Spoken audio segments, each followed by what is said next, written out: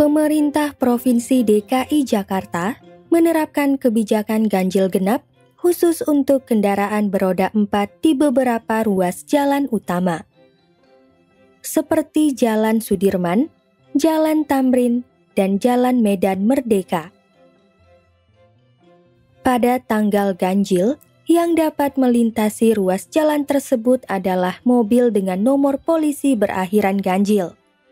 Sedangkan pada tanggal genap adalah mobil dengan nomor polisi berakhiran genap. Kebijakan ganjil genap ini hanya berlaku di Jakarta.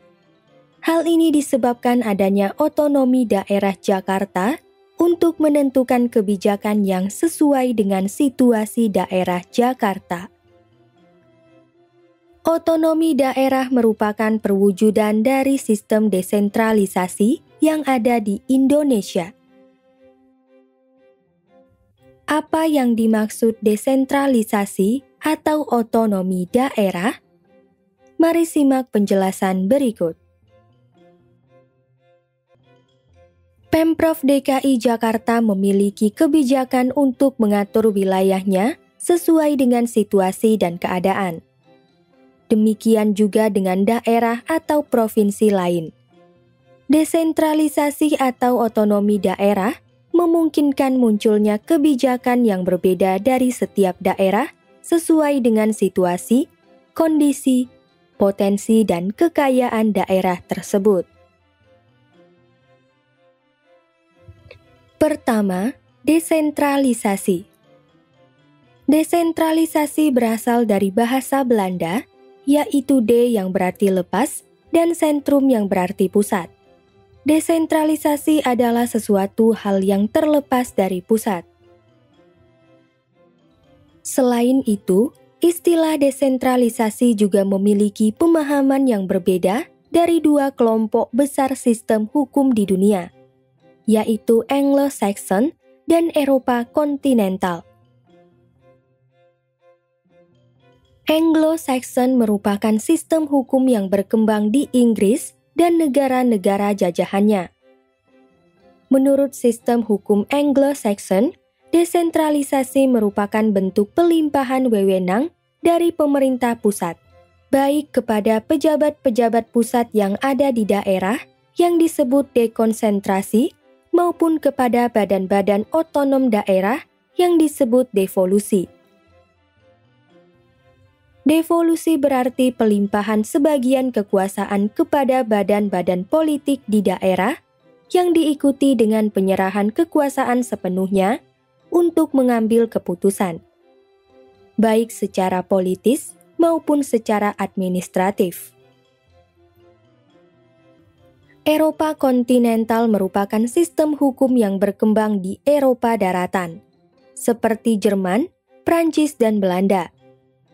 Menurut kelompok ini, desentralisasi dibedakan menjadi dua bagian, yaitu desentralisasi jabatan atau dekonsentrasi dan desentralisasi ketatanegaraan. Dekonsentrasi adalah pelimpahan kekuasaan dari atas ke bawah dalam rangka kepegawaian untuk kelancaran pekerjaan. Desentralisasi ketatanegaraan merupakan pelimpahan kekuasaan untuk mengatur daerah di dalam lingkungannya untuk mewujudkan asas demokrasi dalam pemerintahan negara.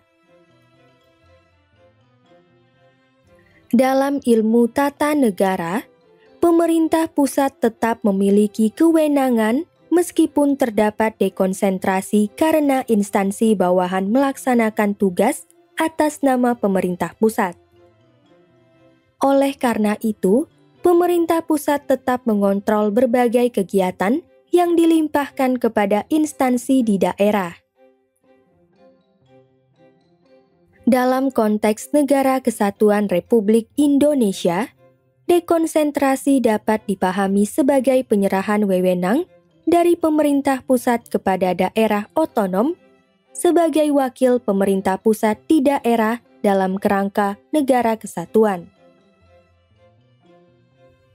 Lembaga yang melimpahkan kewenangan dapat memberikan perintah mengenai pengambilan atau pembuatan keputusan kepada pejabat yang mendapatkan kewenangan tersebut.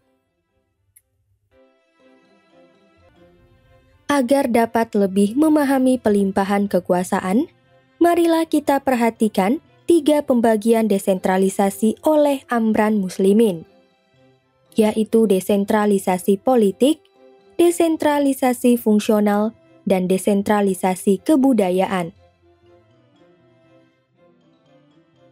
Desentralisasi politik adalah pelimpahan kewenangan dari pemerintah pusat kepada badan-badan politik daerah yang dipilih oleh rakyat di daerah tersebut. Kewenangan tersebut meliputi hak mengatur dan mengurus kepentingan rumah tangganya sendiri.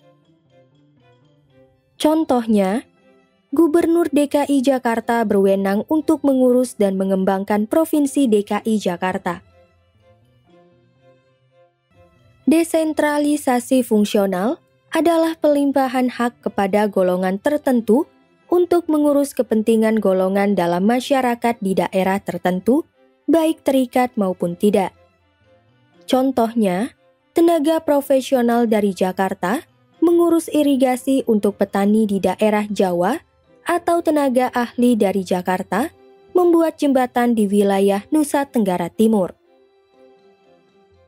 Desentralisasi kebudayaan adalah pelimpahan hak kepada golongan-golongan minoritas dalam masyarakat untuk menyelenggarakan kebudayaan sendiri, seperti ritual kebudayaan. Hal ini bisa dilakukan dalam bentuk pameran dan festival kebudayaan untuk mengembangkan budaya dan menjaga tradisi budaya. Contohnya, pengembangan kebudayaan Tionghoa oleh masyarakat etnis Tionghoa. Secara sederhana, desentralisasi dapat dipahami sebagai proses penyerahan sebagian wewenang dan tanggung jawab dari pemerintah pusat kepada lembaga-lembaga pemerintah daerah. Tujuan desentralisasi adalah agar pemerintah daerah dapat memiliki wewenang dan tanggung jawab dalam urusan daerahnya. Menurut fungsinya, desentralisasi memiliki beberapa aspek positif secara politik, ekonomi, sosial, budaya, dan pertahanan keamanan. Berikut adalah aspek positif desentralisasi. Satuan-satuan desentralisasi atau lembaga-lembaga pemerintahan daerah lebih fleksibel dalam memenuhi berbagai perubahan yang terjadi secara cepat. Keberadaan lembaga-lembaga pemerintahan daerah merupakan bagian dari pemerintah pusat dalam melayani masyarakat. Dengan adanya lembaga pemerintahan daerah, bentuk pelayanan masyarakat dapat disesuaikan dengan perubahan-perubahan yang terjadi dalam masyarakat di daerah tersebut. Misalnya, Kementerian Pendidikan dan Kebudayaan yang berada di pusat membawahi kantor dinas pendidikan yang ada di daerah kabupaten atau kota. Satuan-satuan desentralisasi atau lembaga-lembaga pemerintahan daerah dapat melaksanakan tugas dengan lebih efektif dan efisien. Lembaga-lembaga pemerintahan daerah dianggap lebih mengenal keadaan geografis daerah dan tipologi atau kondisi masyarakat, sehingga penentuan dan pelaksanaan kebijakan dapat sesuai dengan keadaan, lebih tepat sasaran, dan sesuai target. Misalnya, pemerintah pusat merumuskan pengembangan ekonomi di Provinsi Nusa Tenggara Timur.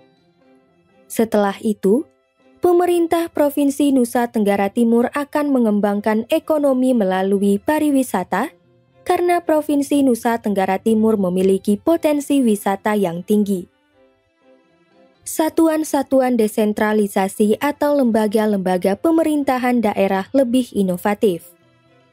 Inovasi setiap lembaga daerah harus sesuai dengan keadaan geografis daerah dan keadaan masyarakat. Inovasi berupa kebijakan akan membawa perubahan yang baik bagi masyarakat daerah setempat. Misalnya, Kondisi geografis Provinsi Papua yang bergunung-gunung membuat satuan lembaga daerah harus mencari cara atau kebijakan yang terbaik agar pelayanan di daerah terpencil dapat terrealisasi. Satuan-satuan desentralisasi atau lembaga-lembaga pemerintahan daerah mendorong tumbuhnya sikap moral dan komitmen yang lebih tinggi dan produktif.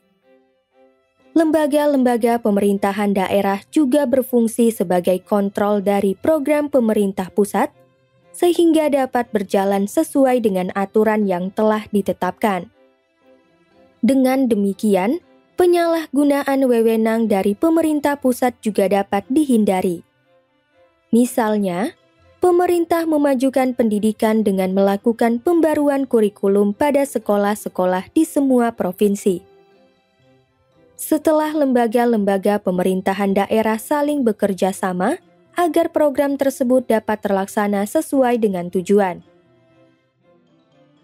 Meskipun memiliki aspek positif berdasarkan fungsinya, desentralisasi juga memiliki kelebihan dan kelemahan dalam penerapannya. Berikut adalah kelebihan desentralisasi. Meringankan manajemen pemerintah pusat. Artinya, tugas pemerintah atau lembaga daerah adalah membantu pemerintah pusat. Mengurangi bertumpuknya pekerjaan pemerintah pusat.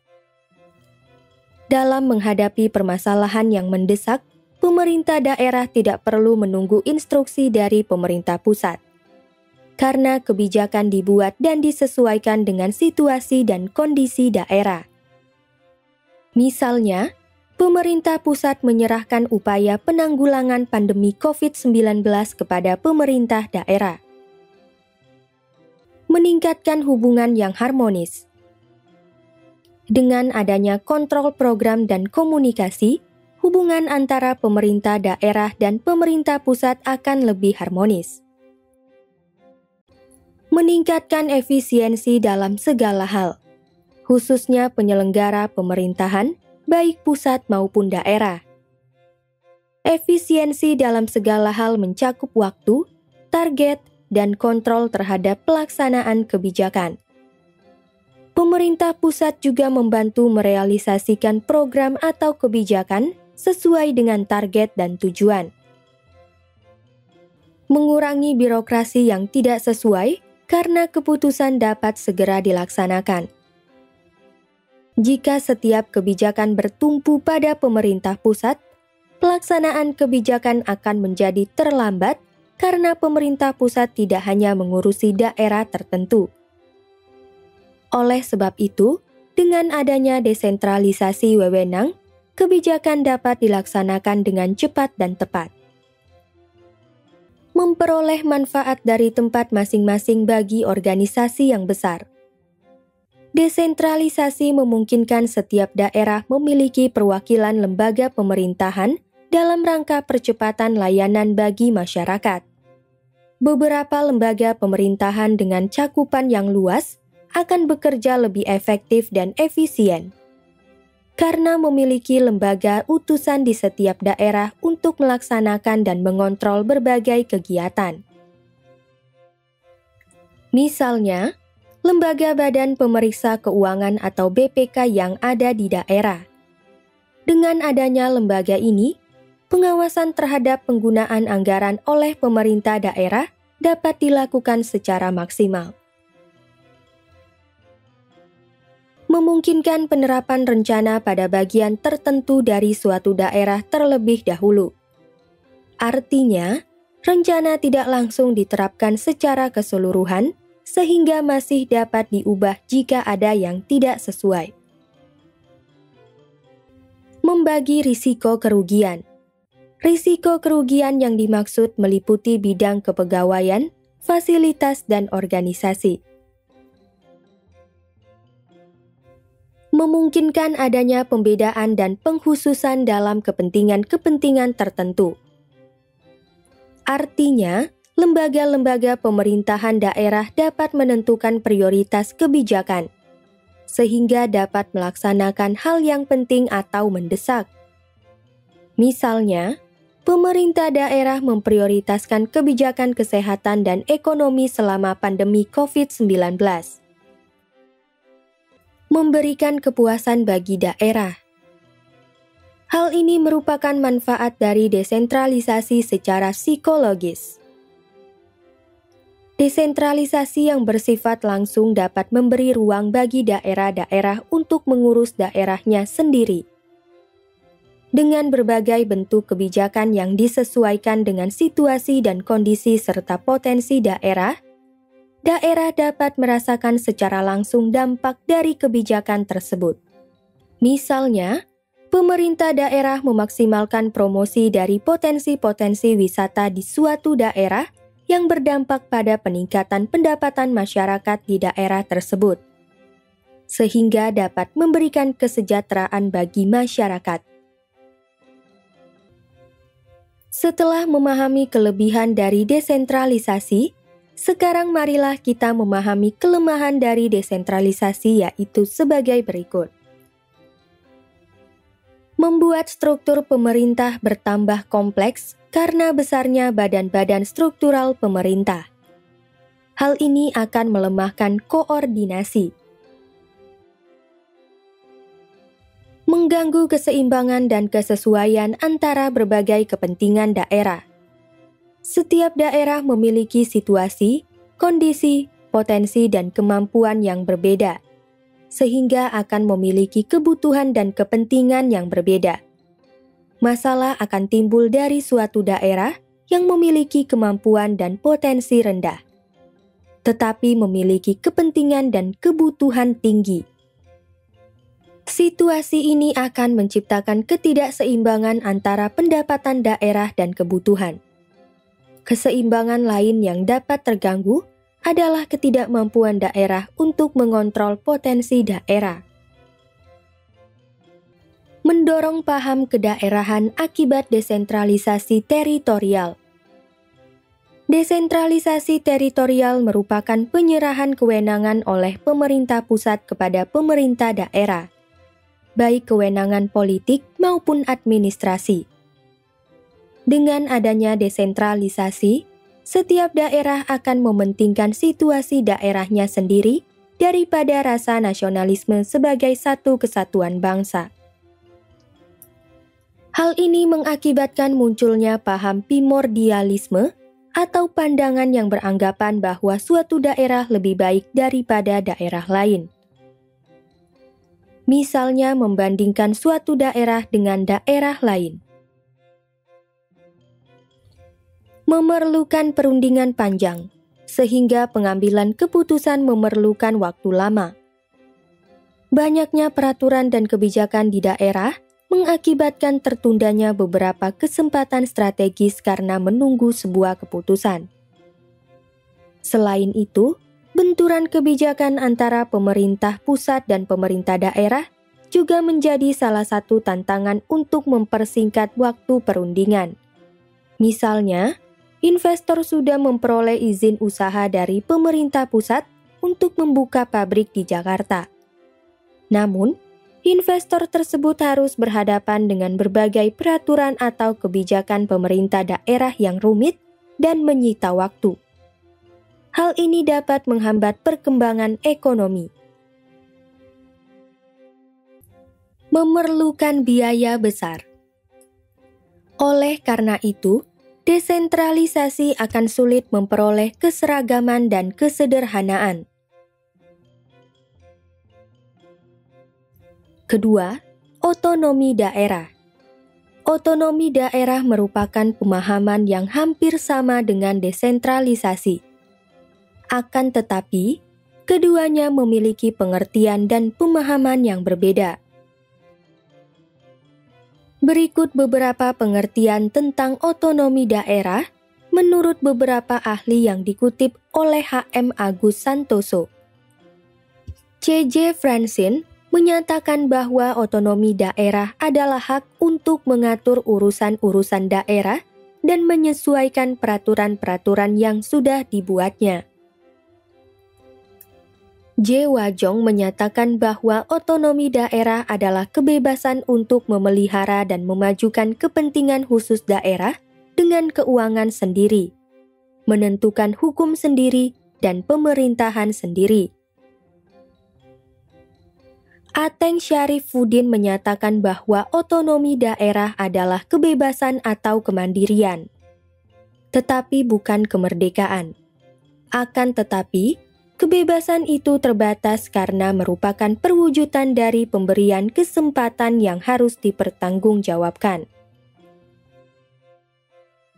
Selain itu, Undang-Undang Republik Indonesia Nomor 9 Tahun 2015 tentang perubahan kedua atas Undang-Undang Nomor 23 Tahun 2004 tentang pemerintah daerah menyatakan bahwa otonomi daerah adalah hak, wewenang, dan kewajiban daerah otonom untuk mengatur dan mengurus sendiri urusan pemerintahan dan kepentingan masyarakat sesuai dengan peraturan perundang-undangan. Otonomi daerah adalah kewajiban yang diberikan kepada daerah otonom untuk mengatur dan mengurus urusan pemerintahan dan kepentingan masyarakat setempat berdasarkan aspirasi masyarakat. Tujuan otonomi daerah adalah meningkatkan daya guna dan hasil guna penyelenggaraan pemerintahan dalam rangka pelayanan terhadap masyarakat dan pelaksanaan pembangunan sesuai dengan undang-undang. Maksud kewajiban dalam pengertian otonomi daerah adalah kesatuan masyarakat hukum yang memiliki batas-batas wilayah. Selain itu, setiap daerah memiliki wewenang untuk mengatur dan mengurus pemerintahan serta kepentingan masyarakat setempat berdasarkan prakarsa sendiri yang dilandasi oleh aspirasi masyarakat. Berdasarkan beberapa pengertian tersebut, kita dapat menyimpulkan bahwa otonomi daerah adalah keleluasaan dalam bentuk hak, wewenang, kewajiban dan tanggung jawab badan pemerintah daerah untuk mengatur serta mengurus rumah tangga sesuai keadaan dan kemampuan daerahnya sebagai manifestasi dari desentralisasi. Dengan demikian, otonomi daerah merupakan turunan atau bagian dari desentralisasi.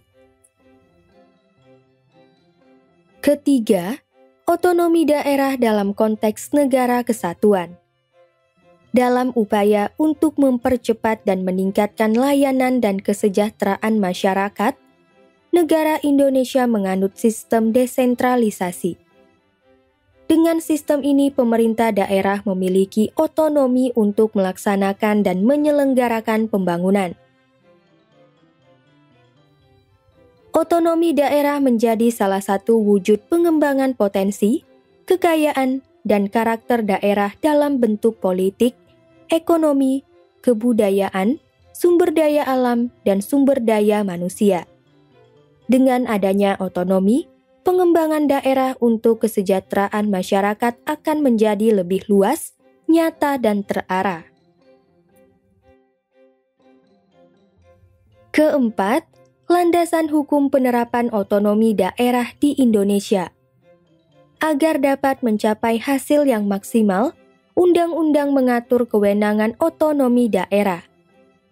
Hal ini bertujuan untuk mengurangi intervensi atau campur tangan pemerintah pusat dalam upaya untuk mengembangkan potensi daerah. Selain itu, untuk menghindari penyimpangan dari ketentuan yang berlaku atau penyalahgunaan wewenang oleh pemerintah daerah. Landasan hukum dalam penerapan otonomi daerah di Indonesia adalah sebagai berikut. Undang-Undang Nomor 1 Tahun 1945 tentang Komite Nasional Daerah atau KND.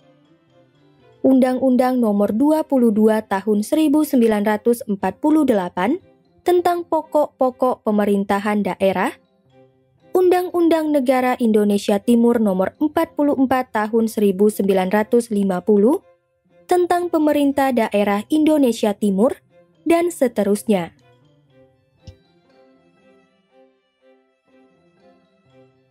Kelima, nilai dimensi dan prinsip otonomi daerah di Indonesia. Undang-Undang Dasar Negara Republik Indonesia tahun 1945 menjelaskan bahwa terdapat dua nilai dalam mengimplementasikan otonomi daerah, yaitu nilai unitaris dan nilai dasar desentralisasi teritorial. Nilai unitaris merupakan nilai yang bersifat mempersatukan.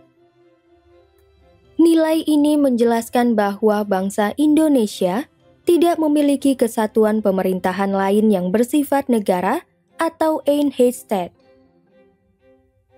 Artinya, kedaulatan yang melekat pada rakyat, bangsa, dan negara Republik Indonesia tidak akan terbagi. Secara sederhana, unitaris berarti tidak ada negara dalam negara, seperti yang berlaku di negara federal yang terdiri atas beberapa negara bagian. Nilai dasar desentralisasi teritorial merupakan penyerahan kewenangan politik dan administrasi oleh pemerintah pusat kepada pemerintah daerah. Desentralisasi teritorial bersumber dari isi dan jiwa Pasal 18 Undang-Undang Dasar Negara Republik Indonesia tahun 1945. Pemerintah diwajibkan untuk melaksanakan politik desentralisasi dan dekonsentrasi di bidang ketatanegaraan. Kedua nilai tersebut menekankan pada pentingnya pembentukan daerah-daerah otonom. Dasar pertimbangan dari kedua nilai tersebut adalah dimensi politik dan dimensi administratif. Pertimbangan dari dimensi politik memandang kabupaten atau kota kurang memiliki fanatisme kedaerahan, sehingga berisiko memunculkan gerakan separatisme dan aspirasi federalis relatif minim. Dengan adanya otonomi daerah, gerakan-gerakan memisahkan diri dari Negara Kesatuan Republik Indonesia dapat diredam. Pertimbangan dari dimensi administratif merupakan penyelenggaraan pemerintahan dan pelayanan kepada masyarakat dapat lebih efektif dan efisien karena masyarakat tidak harus ke pusat. Kabupaten atau kota adalah daerah ujung tombak pelaksanaan pembangunan, sehingga pemerintah daerah akan lebih memahami kebutuhan dan potensi rakyat di daerahnya. Selanjutnya, implementasi otonomi daerah juga harus berlandaskan pada beberapa prinsip nyata, bertanggung jawab, dan dinamis. Nyata artinya otonomi diperlukan secara nyata berdasarkan situasi dan kondisi objektif di daerah. Bertanggung jawab artinya pemberian otonomi bertujuan untuk memperlancar pembangunan di seluruh pelosok tanah air. Dinamis artinya pelaksanaan otonomi selalu menjadi sarana dan dorongan untuk menjadi lebih baik dan maju. Selain itu, terdapat 5 prinsip dalam penyelenggaraan otonomi daerah oleh pemerintah daerah, yaitu prinsip kesatuan, prinsip real dan tanggung jawab, prinsip penyebaran, prinsip keserasian, serta prinsip pemberdayaan.